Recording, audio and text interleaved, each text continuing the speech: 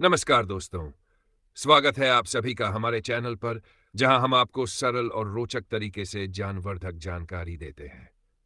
आज हम एक बेहद महत्वपूर्ण विषय पर चर्चा करने जा रहे हैं, ऊतक। क्या आपने कभी सोचा है कि हमारे शरीर या किसी पौधे का निर्माण आखिर होता कैसे है? क्या कारण है कि हमारी त्वचा को चोट लगती है और वह खुद ब खुद ठीक हो जाती है? यह सब संभव होता है ऊतक के कारण। इस वीडियो में हम ऊतक की परिभाषा से लेकर उसके सभी प्रकारों पर गहराई से चर्चा करेंगे। तो वीडियो को पूरा देखें और अंत में हम आपसे एक सवाल पूछेंगे, जिससे आपका ज्ञान और मजबूत होगा। ऊतक की परिभाषा। तो सबसे पहले जानते हैं ऊतक होता क्या है। ऊतक का सरल भाषा में अर्थ है ऐसी कोशिकाओं सेल्स का समूह जो एक समान संरचना और कार्य करते हैं। जैसे कि ईंटों से दीवार बनती है, उसी तरह कोशिकाएं मिलकर ऊतक बनाती हैं। उदाहरण के लिए हमारी त्वचा, हमारी मांसपेशियां और पौधों की जड़ें, ये सभी ऊतकों से बनी होती हैं। 3. ऊतक के प्रकार, टाइप्स ऑफ टिश्यू। ऊतक मुख्य रूप से दो प्रकार के होते हैं। वर पादप ऊतक पौधों में पाए जाते हैं। जंतु ऊतक एनिमल टिश्यू जो जीवों मानव सहित में पाए जाते हैं। अब हम इन दोनों को विस्तार से समझते हैं। पादप ऊतक। पौधे भी जीवित होते हैं और उनके शरीर में भी अलग अलग कार्य करने के लिए ऊतक होते हैं। ये ऊतक दो प्रकार के होते हैं। 1. स्थायी ऊतक। 2. विभज्योतकीय ऊतक मेरिस्टेमेटिक। 1. स्थायी ऊतक। ये ऊतक विभाजन नहीं करते, बल्कि पौधे के संरचनात्मक और कार्यात्मक हिस्से बनते हैं। 1. सरल स्थायी ऊतक टिश्यू।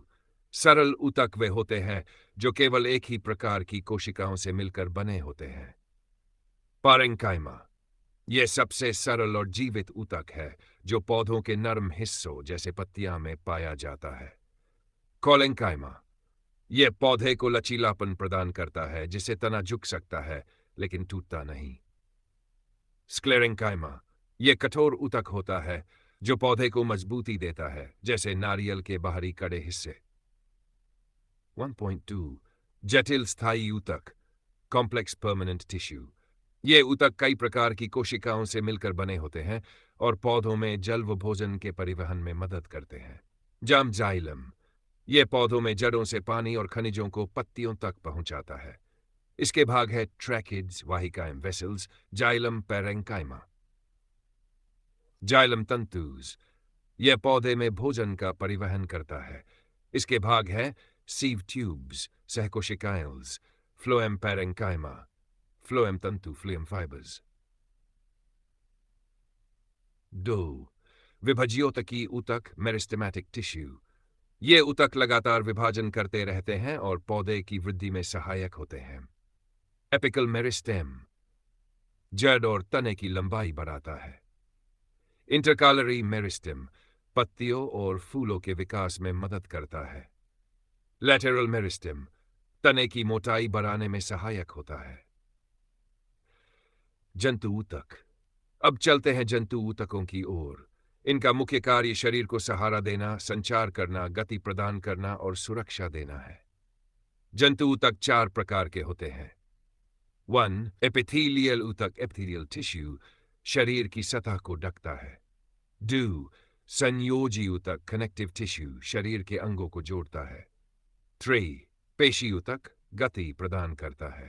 4. तंत्रिका ऊतक नर्वस टिश्यू सूचना संचार करता है।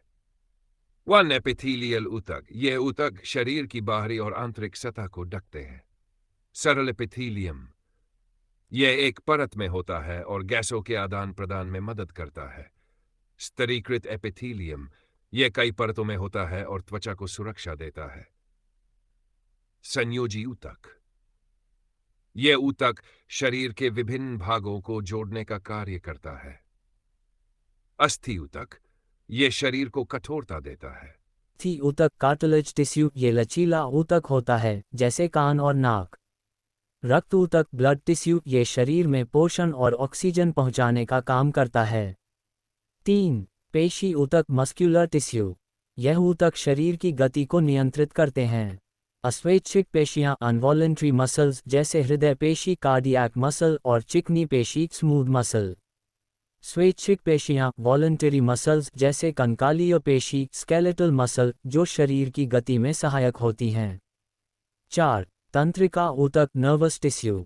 यह ऊतक शरीर में सूचनाओं का आदान प्रदान करते हैं। न्यूरॉन जो संदेशों का आदान प्रदान करता है। सहायक तंत्रिका कोशिकाएं ग्लियल सेल्स जो न्यूरॉन्स को सहारा देती हैं। तो दोस्तों, आज हमने जाना कि ऊतक क्या होते हैं और उनके प्रकार। अब आपकी बारी है, आप हमें कमेंट करके बताइए कि जाइलम और फ्लोएम में क्या अंतर है। अगर वीडियो पसंद आया हो तो इसे लाइक, शेयर और चैनल को सब्सक्राइब करना न भूलें। मिलते हैं अगले वीडियो में।